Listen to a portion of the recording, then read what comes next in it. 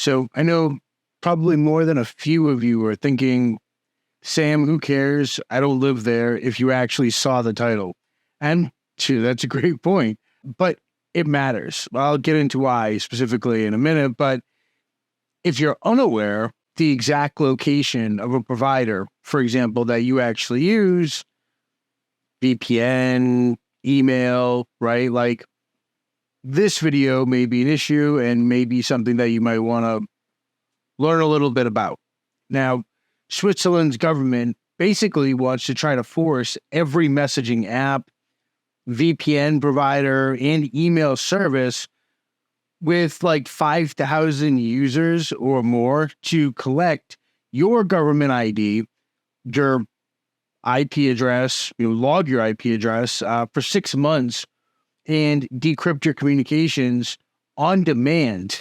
And they're implementing this through an executive decree, bypassing the country's kind of famous direct democracy completely. And that's the same country that spent decades selling itself as the privacy capital of the world, now wants surveillance powers, which in many ways actually exceed the NSA operations that obviously we know about here in the United States, or at least somewhat equate to it. And what the European privacy laws expressly prohibit. The Federal Council and the Federal Department of Justice and Police want to implement these changes through amendments to the VUPF, which stands for this. Yeah, I mean, shit. I'm not even apologetic about not trying to pronounce it. I'm not going near. I'm not even going to try it. I would just absolutely butcher it, and I'm not doing it.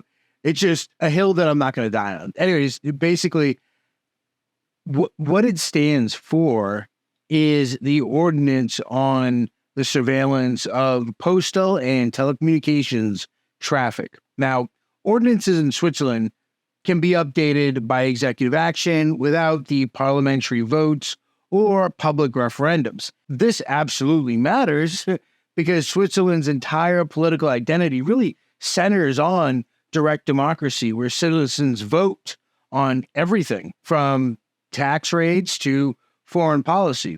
The government is specifically avoiding that process to try to ram through this surveillance expansion that would obviously never survive a public vote, which is why they're trying to shove it down their throats. Now, Article 50A is some of the most aggressive provisions in the entire ordinance.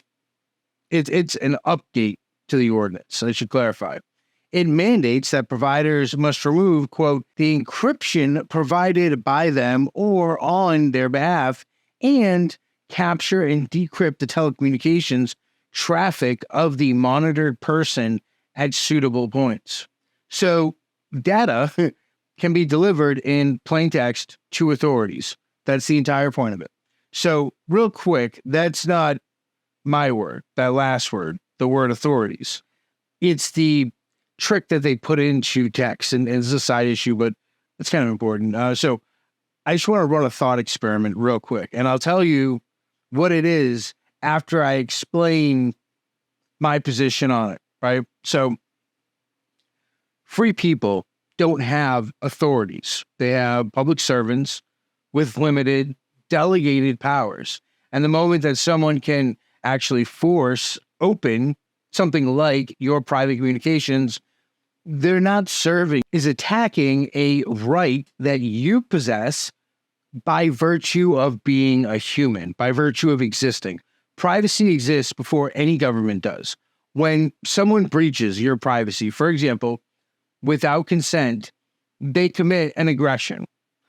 Moreover, like, I've never seen anyone claim to be an authority over someone else without actually doing so for the kind of sole purpose of issuing a dictate in some way or another. So essentially, it's not an authority, but I would say an adversary violating your rights. And it's even worse because it's under color of law.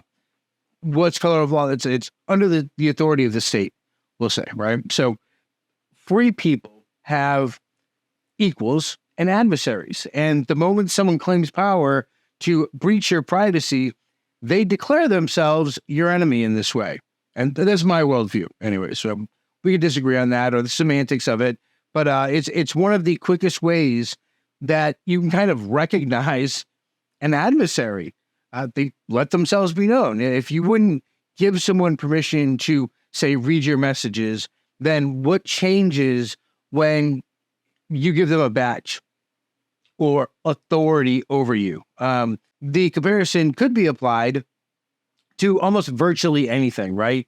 In any case, like what we're actually talking about targets the encryption that protects data at rest on servers, encryption that secures connections between the infrastructure components, and any kind of encryption layer that the provider actually controls. It's not just one thing. Now, that said, the thought experiment that I just referenced is that for the rest of the video, and if possible, outside of it, when you hear the word authorities, replace it with adversaries. In this context, it's far more accurate, in my opinion. This is, in my humble opinion, like putting on the glasses in that movie, They Live, where you actually see things for what they are. So we'll move back to the actual creation of this Orwellian state in front of us. The so-called authorities get access to everything, basically, except messages sealed with end-to-end encryption, with a provider just genuinely doesn't have the keys to give. And 5,000 user threshold really creates kind of some absurd scenarios where tiny services get treated like telecommunications giants, like a small privacy-focused VPN running on 3 servers suddenly needs the same kind of surveillance infra as like Swisscom, the national telecom carrier, and a regional encrypted messaging service serving a city the size of Bern, basically, gets classified the same as WhatsApp. Like every one of these providers has to implement ID verification systems. They have to do things like data retention and worry about infrastructure and encryption capabilities, which is going to be more CPU cycles, or face things like regulatory penalties. And the ID verification requirement just absolutely kills any type of anonymous communication. Totally. I don't think anyone debates that. Users can't create an account with an email anymore. That doesn't exist. They need to actually provide a passport, a driver's license, or at minimum a phone number that links to their actual identity. Every chat app and VPN and email provider with more than 5,000 users in Switzerland basically becomes part of a massive identity database. So like, it's like, oh, you want to use Signal from Switzerland? Well, you better show that passport. You need a VPN to bypass some censorship. That's no problem. Just hand over your driver's license first. And the government knows exactly who uses which privacy tools and when in that scenario. And it also, just like chat control, it completely ignores the fact we're not even looking at the attack surface of like what happens when there's a data breach. Well, that never happens. Data breaches never happen. So we don't have to worry about that. It's not like there's ever been any sites that have been broken into after mandatory ID laws existed, and that was an attack all on its own. They don't even care about the service provider. They just want the information. Side issue. Data retention mandates 6 months of stored metadata, including, like you said before, IP address, port numbers, email addresses, phone numbers, and the usernames. IP address exposes, obviously, your physical location and internet service provider. Port numbers reveal which applications you're actually running. Combined with things like timestamps, this metadata creates a complete map of your entire digital life, even without reading messages or seeing the contents directly, right? And that's why, like, the NSA, at least the NSA, is the CIA, said we kill over metadata, right?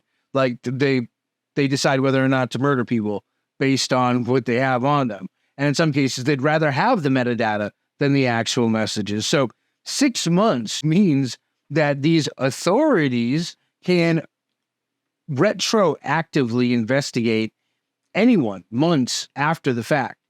Like, they don't actually need to know you're a target today. They can declare you a target in March and pull all your data that they have stored on you, creepy, all the way back from October. So Switzerland voters actually approved the surveillance expansion before through a referendum in September of 2016. And the VUPF upgrade, they passed with a 65% support, which is pretty crazy. But the law basically expanded government authority to use IMSI catchers for sweeping up cell phone data, authorized deployment of government Trojans for hacking into suspects' computers, and increased data retention requirements for places like telecom companies. And the difference is that the voters back then got to decide on those actual powers, while the current VUPF update implements even more massive surveillance without asking anyone this time. And this is the slippery slope. At the end of the day, you grant them a little bit of power, and just like a drug addict, they're going to come back, and they're going to come back, and they're going to come back, and it's not going to stop. And now you have this, it's like a spoiled child, where now it's like just this monster that you're going to have to deal with, and it's going to be 1,000,000 times worse. So anyways, Proton and like Threema represent the two primary targets, most likely, of this kind of regulatory assault. Both companies built their entire business models on Swiss privacy protections. Both fought legal battles to avoid being classified as telecommunications providers, subject to things like surveillance obligations. Threema, for example, won a case from their federal Supreme Court, basically in April of 2021, that basically established that things like messaging services should actually be classified as over-the-top service rather than telecom providers, right? And Proton, to their credit, won a similar ruling in October of 2021, basically confirming that services aren't subject to telecom data retention requirements. The government is now completely rewriting the rules through this update to their ordinance to override those previous court victories instantly. And Proton announced in July of 2025 that it's moving infrastructure out of Switzerland in direct response to VUPF proposals. The company is investing over 100 million euros in the European Union facilities with servers in places like Germany and Norway, basically replacing their Swiss infrastructure. Lumo, Proton's AI assistant, became the first product that was actually hosted entirely outside of Switzerland, specifically because of the surveillance law uncertainty. And the company's CEO stated that Switzerland's surveillance would be much stricter in the US and the EU, and that Switzerland would lose its competitiveness as a business location. That said, I have very little faith in general in Proton. It's just as true with the CEO. Like a while back, just quick story, side issue. Phrack, which is a hacking easing back from the 80s and is in general really badass. Now, one day they had a ton of their accounts deleted, right? Like in a cluster deletion. Proton basically had a complaint, and it wasn't like a legally binding complaint. They weren't like obligated to actually do it, and they blindly deleted like 8 accounts of Phrack's, and Phrack complained, waited months, went through the appeals process, if I remember right, and basically nothing happened. The appeals process was basically just a complete waste of time. And they took to X or Twitter or whatever you want to call it. Now, I like Phrack, okay? So when I saw that that's what was going on, I kind of like ate Proton alive for about 3 days. And this is like some of the random stuff of why I don't come out with videos is because I'm doing like side projects, like standing up for a 1980s hacking magazine. That's what I was doing. And the CEO of Proton was one of the people who basically tried to respond to me, citing some nonsense that they had done an investigation, but wasn't even aware of like what they did, like the violation that they were claiming, what the violation was. And he's basically guessing in his comment. And I called him out directly on it. And he really didn't want to talk much after that. And I'm a user of Proton, so it matters to me. And even if I wasn't, but I knew a lot of people used it for privacy, I would say something. I would call it out. I think it's important that we call out issues that we have, especially with these privacy providers, because they talk about things like having zero knowledge in regards to things like their email, their email service in general, but that's not really true. I mean, I guess you could argue Proton to Proton it is, but aside from that, like if John goes and sends an email from a Google account to Mike, who has Proton, that email hits Proton servers unencrypted, period. Like, that's it. Like, they have to encrypt it, which means it's not zero knowledge. And I pointed out that and a ton of contradictions that they had actually ended up making. And they got really mad and basically said that I was on a witch hunt because I was citing things that they had said, which a lot of people end up doing, because it's like one of the ways that I kind of call things out is I look at what this person said and I quote them. And it's either you're twisting my words like Simple X did. It's a whole nother video that I do have coming. But it's incredible to actually see this kind of stuff. That said, after 3 days of basically getting stomped out on X, they gave Phrack back 5 out of the 8 accounts. In the end, to me, that contrition really showed that they just don't care. Like, they cluster deleted with no legal compulsion to actually do so. I think to a large degree, all their privacy nonsense is marketing, and it's a fake privacy company in many ways.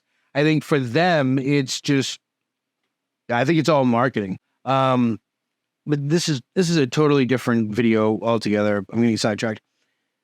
Irregardless of my own opinion on any of this, like what I think about any of it, what that means for Switzerland's tech sector is very real. Like, Proton's planned more than 1 billion Swiss francs in expansion by 2030, with around 900 million potentially invested in Geneva if the regulatory environment stayed favorable.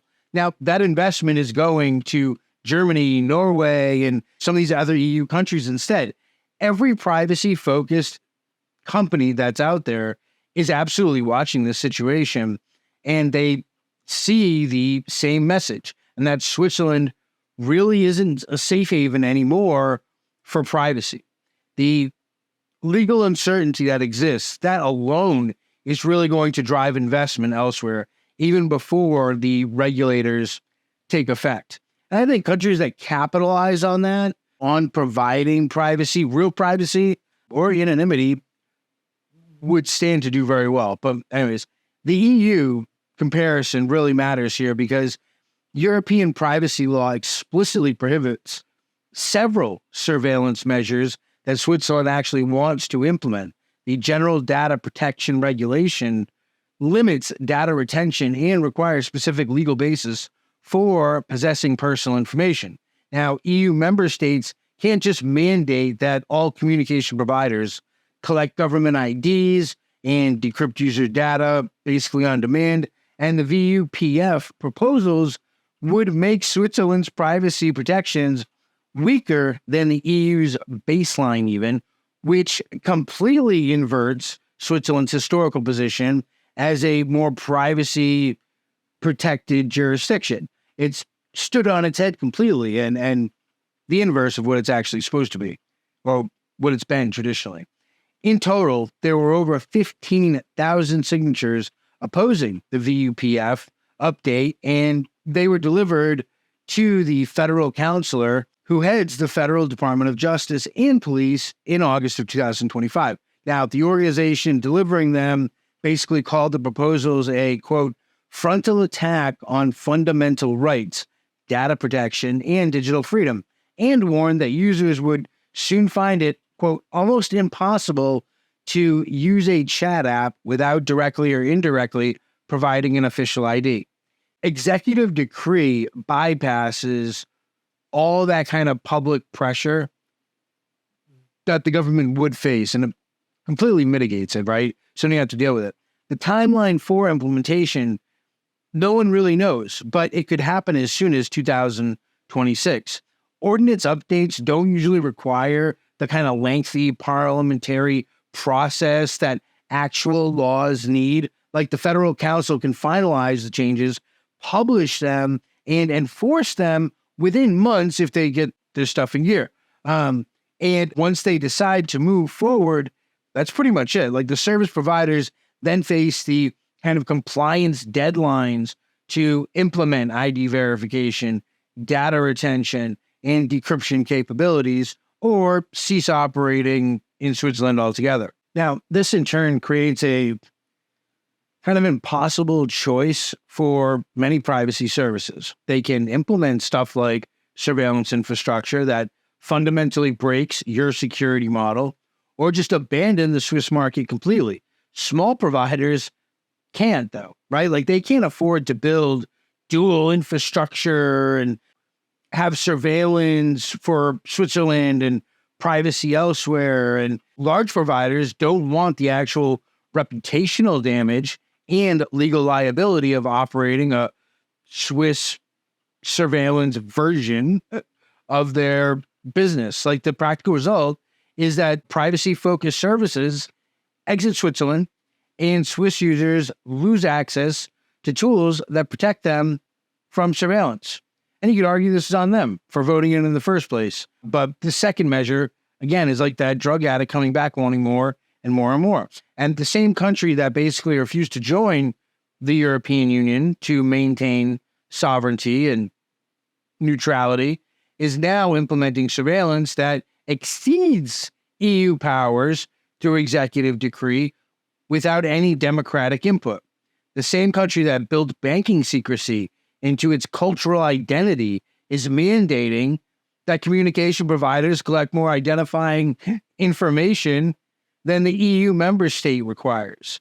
And the same country that hosts international human rights organizations and positions itself as a neutral arbiter wants to force every VPN and encrypted messenger to log identities and store them, along with other meta. Switzerland's reputation as a privacy haven took decades to build, and it depends entirely on legal protections that actually work, right? Like, once those protections disappear, the reputation means nothing at that point. Companies move their infra, their users, they switch to services that are based elsewhere. And Switzerland becomes just another surveillance state, indistinguishable from the other authoritarian regimes that do it. Privacy organizations in Switzerland are fighting back through petitions, public pressure campaigns, and legal challenges, but ordinance updates are specifically designed to avoid things like referendum processes that might actually stop them. The Federal Council can implement these changes regardless of public opposition unless Parliament intervenes, which requires political will, right? And courage, and that's not things that politicians are really known for. And it just doesn't exist right now in sufficient quantities to actually stop or block this garbage proposal. Once providers implement things like ID verification systems and data retention capabilities, those systems remain operational forever. Future governments with different adversaries get access to the same kind of tools. Like what starts as counterterrorism authority basically becomes stuff like protest surveillance, right? Dissident monitoring and political targeting. Oh, you don't agree with our campaign over here? Well, how about you go to this re-education camp? It's something that historically has happened, right? The sad thing is watching this happen. Switzerland's actually building this infrastructure right now while pretending it's about things like public safety, which it's always the same thing. Like, once they take liberty from you, you never get it back unless you take it back. Switzerland killed its privacy industry through this regulatory capture by things like surveillance agencies. And they did it without voters. And they got what they wanted. They aren't alone either. Like, we see mirrors of this same measure in many countries, some happening at the same time.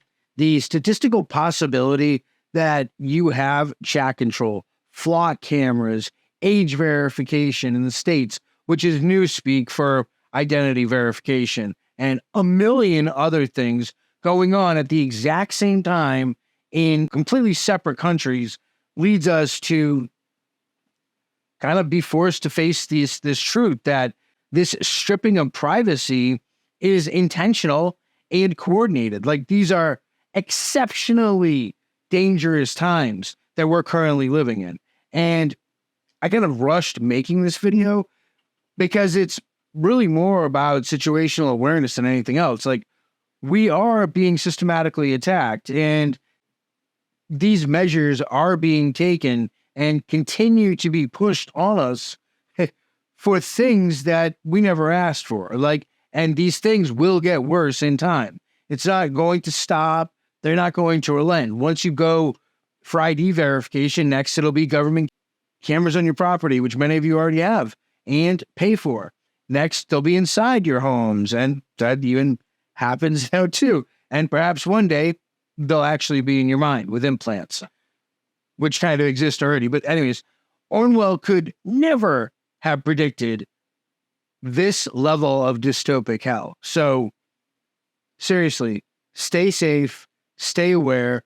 There are real adversaries out there. Surveillance is always the first step, and it only gets worse in time. So thank you for being with me today, spending your time watching this video. I really appreciate it. I'll see you in the next video.